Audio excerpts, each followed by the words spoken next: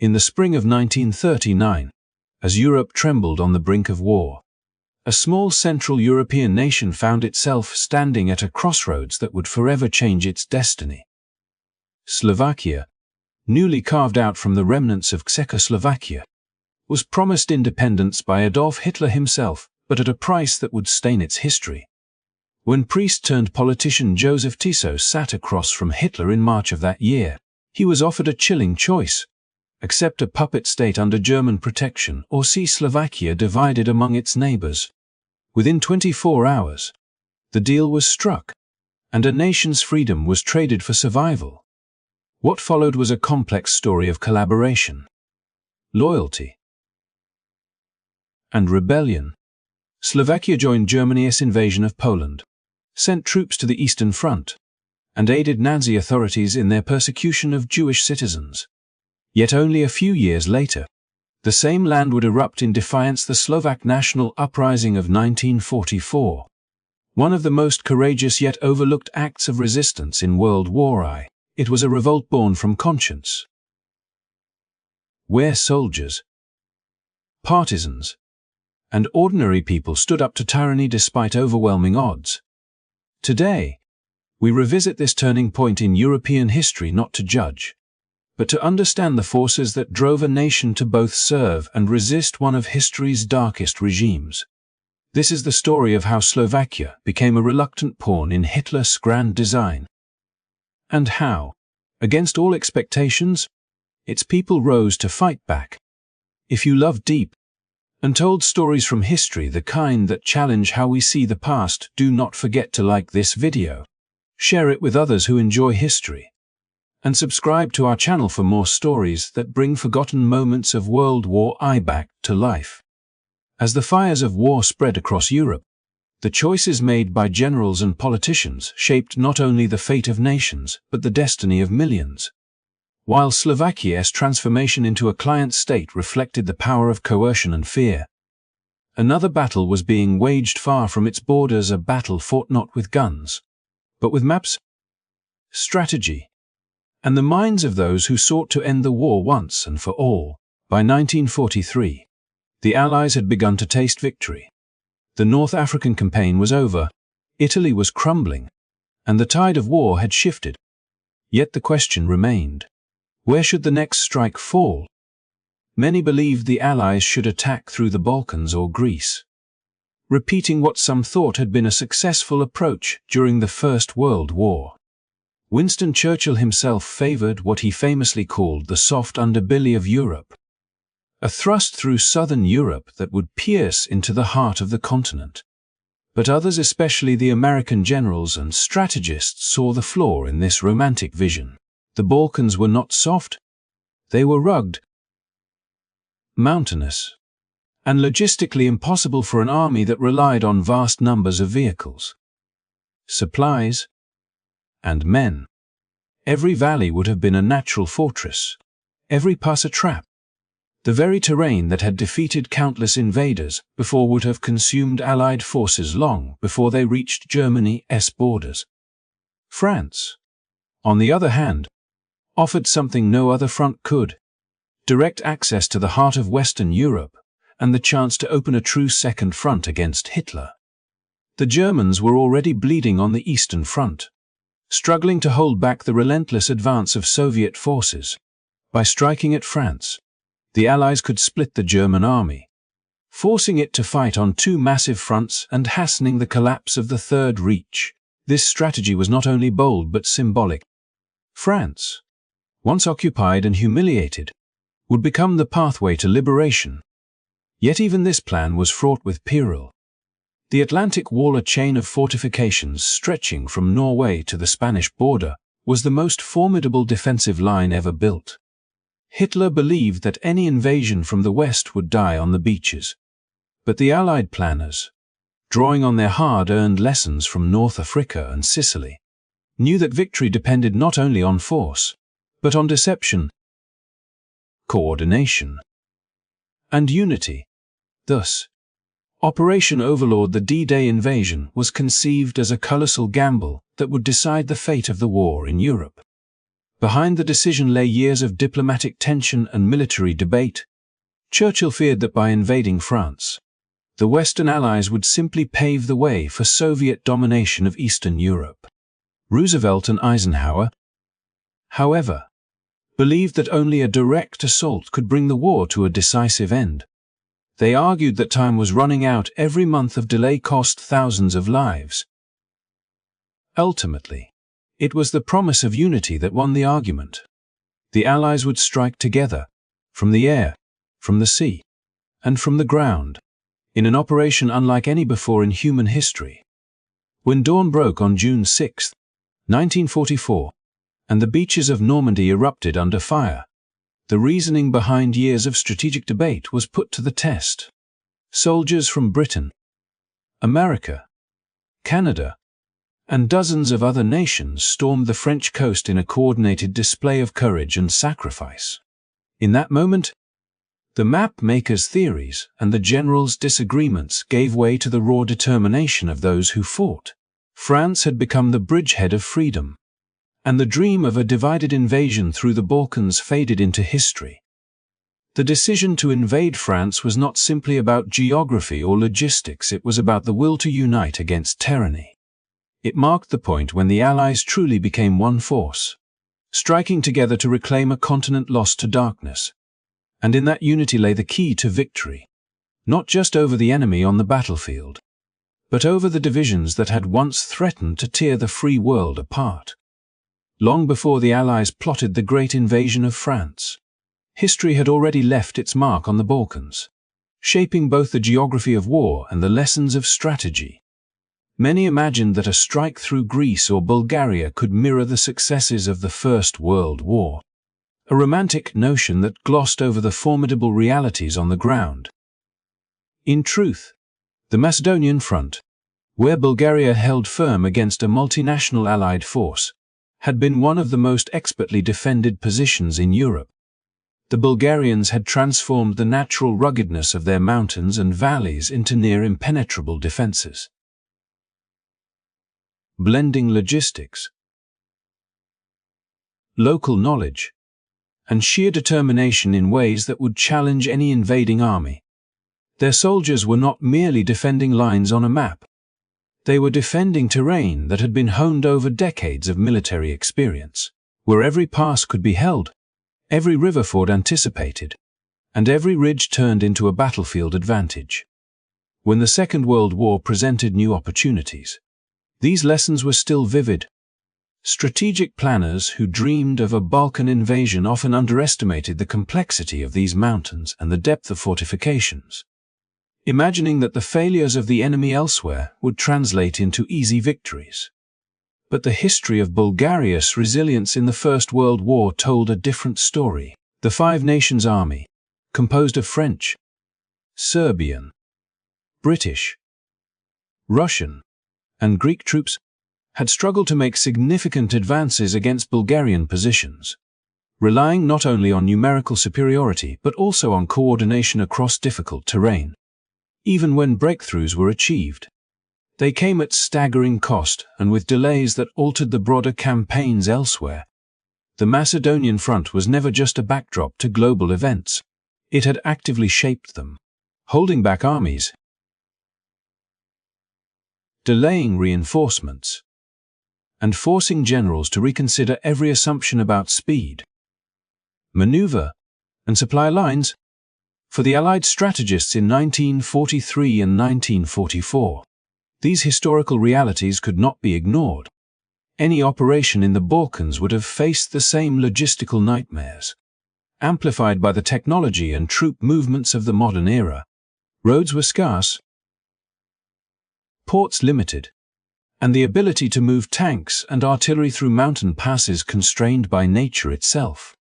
It was not simply a matter of overcoming an army, it was a question of overcoming geography, weather, and the entrenched knowledge of defenders who had fought similar campaigns before. The romantic idea of repeating World War I successes, of rolling through southern Europe as if time had erased past difficulties, proved dangerously misleading. Moreover, The political landscape of the Balkans added layers of complexity that military planners could not ignore. The region was a mosaic of nations with shifting alliances, historical grievances, and uncertain loyalties. Any Allied campaign would have required not only military coordination but also delicate diplomatic maneuvering, all while under the constant threat of German intervention from nearby positions. Bulgaria, aware of its strategic importance, had prepared defenses with the precision of a nation long accustomed to being a buffer in continental conflicts. The same passes that had stopped multinational forces decades earlier would have required immense resources to penetrate. Resources that could be better applied to a direct assault in France where ports, beaches, and roads could support a massive, coordinated landing. In this light, the decision to bypass the Balkans emerges not as a rejection of bravery, but as an acknowledgement of the enduring power of history and terrain. Planners understood that victory in Europe demanded concentration of force, unity of strategy, and the exploitation of weaknesses in the German defense. The Macedonian front stood as a living reminder that past victories could not be assumed, that terrain and preparation often outweighed numbers, and that some paths, though tempting in imagination, were far less practical in reality. By choosing France over the Balkans, the Allies honored the lessons of history, demonstrating that understanding the land and its legacy was as crucial as the courage of the soldiers who would eventually fight upon it. As the war that had engulfed Europe finally drew to a close, the corridors of power that once seemed invincible now echoed with silence and anticipation. Among the most notorious figures awaiting judgment was Hermann Göring, the Luftwaffe chief and one of Hitler's closest lieutenants, who had commanded armies, orchestrated terror, and symbolized the machinery of the Third Reich. Captured and brought to Nuremberg to face justice for his crimes, Göring's fate seemed sealed. Yet even in captivity, he demonstrated a cunning and audacity that had defined his career. The world remembers not only his trial but the shocking end that he orchestrated for himself, a sudden death by cyanide the night before his scheduled execution, leaving historians and investigators puzzled for decades over how he had obtained the lethal substance. Three main theories have emerged to explain the mystery, each as intriguing as the man himself. The first theory suggests that Göring, ever meticulous and shrewd, had smuggled the cyanide capsules into custody. According to his own accounts, he had hidden one in the sole of his shoe and kept another in a small hair cream box, claiming that he had anticipated the strict security measures of the Allies and had prepared accordingly. Whether this was cunning planning or self-aggrandizement remains uncertain. But the narrative underscores Göring's lifelong obsession with control and survival, revealing a mind unwilling to relinquish agency even in the shadow of death. The second theory involves the very structures of captivity itself. Some reports suggest that Göring accessed cyanide hidden among the luggage he had brought with him, secured under the watchful eyes of guards. A particular officer tasked with managing the prisoner's belongings may have unknowingly allowed him access, highlighting how human error and the chaos of post-war administration could intersect with one man's determination. In this version, the deadly capsule was not smuggled in secret, but rather retrieved from the mundane routines of confinement, turning everyday oversight into a fatal vulnerability. The third and perhaps most curious theory introduces a figure known only as Mona, a woman whose interaction with a prison guard may have facilitated Göring's access to the poison. Decades later, the guard confessed that he had kept silent about the incident for fear of prosecution, but ultimately revealed that a conversation and an attempt to impress Mona had inadvertently led to Göring obtaining a capsule. Whether this account is fact, embellishment, or a mixture of both, it adds a layer of human complexity to an otherwise stark historical moment. Blending desire, misjudgment, and the unpredictable consequences of seemingly small interactions. Across these theories lies the same enduring question: How could one of the most closely watched prisoners in history secure a means of suicide under the strictest Allied oversight? Investigations were sloppy, records incomplete, and witnesses often unreliable, leaving historians to speculate while the truth remained elusive. What is indisputable, however, is that the act itself was emblematic of Göring's character: bold, calculated, and unyielding even when all conventional options had been exhausted. His death by cyanide stands not merely as a footnote in the history of the Nuremberg trials, but as a vivid illustration of the ways in which individual cunning and circumstance can defy expectation, shaping the narrative long after the guns have fallen silent. In the broader arc of history, this event also serves as a bridge between the monstrous acts committed under the Nazi regime and the human intrigue that persists in recounting them. Just as Slovakia had shifted between collaboration and resistance, and just as the Allies had weighed geography and logistics in planning their assault on France, the story of Göring's final hours reminds us that history is not only shaped by armies and borders but by the choices, risks, and secrets of individuals navigating the currents of fate. Even decades after the last echoes of gunfire had faded from Europe, the story of Hermann Göring's final act continued to haunt historians, journalists, and anyone who sought to understand the human dimensions of history's starkest hours. Captured, tried, and sentenced at Nuremberg, Göring's reputation had already been cemented as one of the architects of Nazi terror, a man whose decisions had cost countless lives. Yet, in the final hours before his scheduled execution, he managed to evade the certainty of the hangman's noose through an act that was as audacious as it was mysterious. The consumption of cyanide. How he acquired the lethal capsules remained an enigma, a puzzle layered with conflicting accounts, incomplete records, and human fallibility. Investigators immediately faced a labyrinth of uncertainty. The procedures in place for overseeing high-profile prisoners were, by modern standards, haphazard at best. Guards rotated shifts, documentation was inconsistent, and the post-war environment itself was chaotic, marked by fatigue, frustration, and the immense scale of managing defeated enemies. In such a climate, even the most meticulous planning could be undermined, and in Göring's case, it appears that opportunity, cunning, and oversight intersected in ways that left no clear trail. His own accounts, contained in a note left behind for the authorities, claimed that he had hidden capsules in everyday objects, in the sole of his shoe, or within the container of a hair cream box, anticipating that they would not be discovered.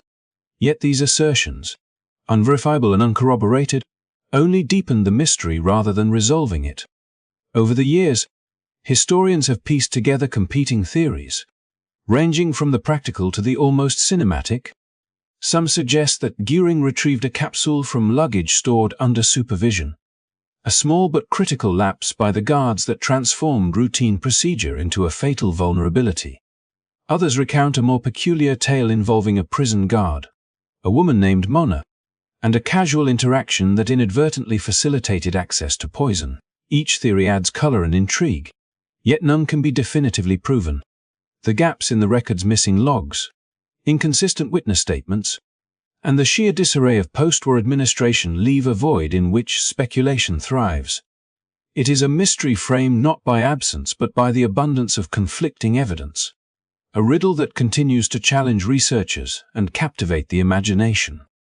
What makes the story enduring is not merely the act itself, but what it reveals about Göring and the broader human dimensions of history.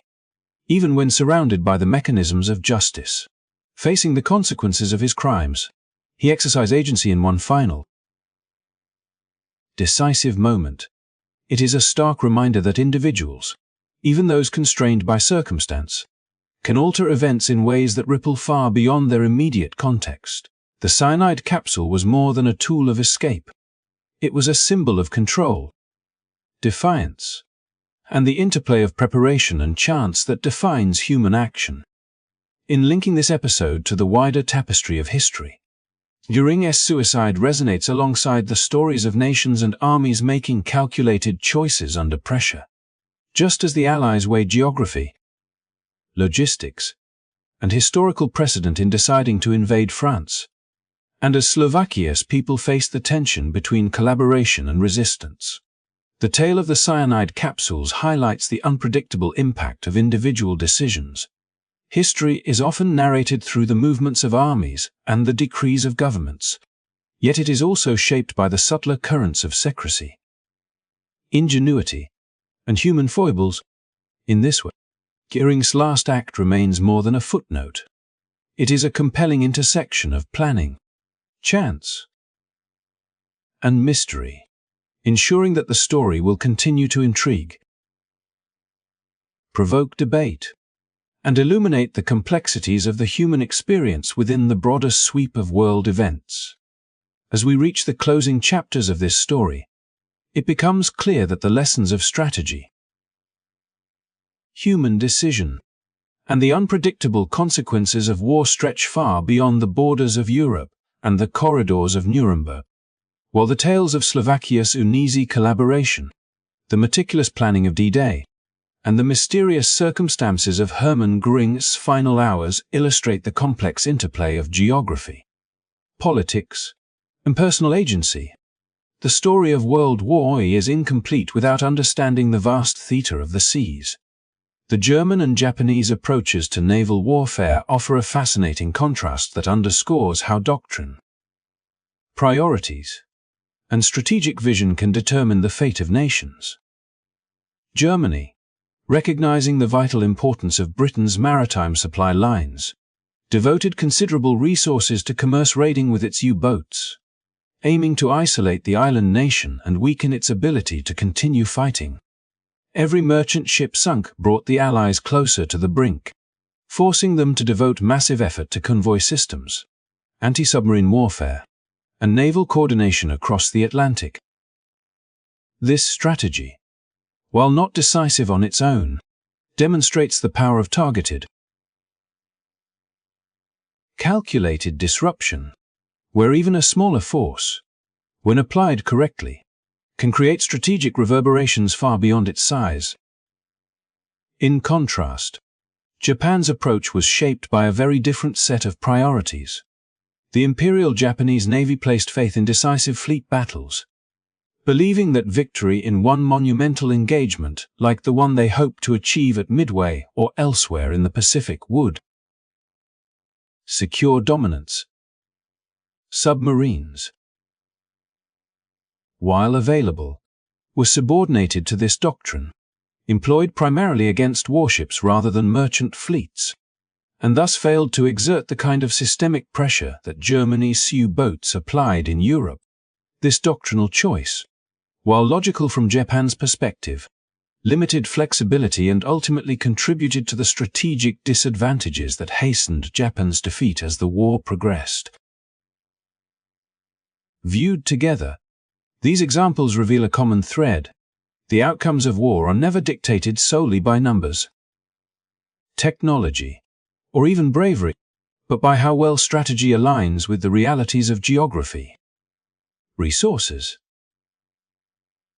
and opportunity.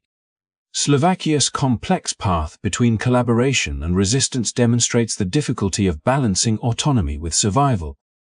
The Allies' choice to strike through France instead of the Balkans highlights how terrain, logistics, and history shape decisions on a grand scale. Göring's final act reminds us that individuals can still wield agency, cunning, and influence, even when the tides of history seem overwhelmingly set against them.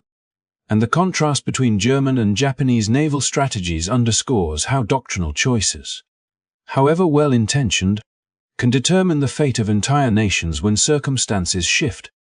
As we reflect on these events, we are reminded that history is not simply a record of what happened but a study in choices, the risks taken, the calculations made, and the unforeseen consequences that follow. The story of war is as much about strategy and logistics as it is about human psychology, ambition, and morality. From the mountains of Slovakia to the beaches of Normandy, from the corridors of Nuremberg to the vast oceans of the Pacific, the lessons are intertwined and enduring. Understanding context. Anticipating consequences and remaining vigilant in the face of uncertainty can alter outcomes in ways both profound and lasting. Thank you so much for watching and taking this journey through history with us. If you enjoyed exploring these stories and want to uncover more hidden layers of the past, make sure to hit that like button, subscribe to the channel, and turn on notifications so you never miss an episode. Your support helps us continue to bring history to life in ways that are engaging, insightful, and thought-provoking. Stay curious, and we will see you in the next video as we dive even deeper into the events that shaped our world.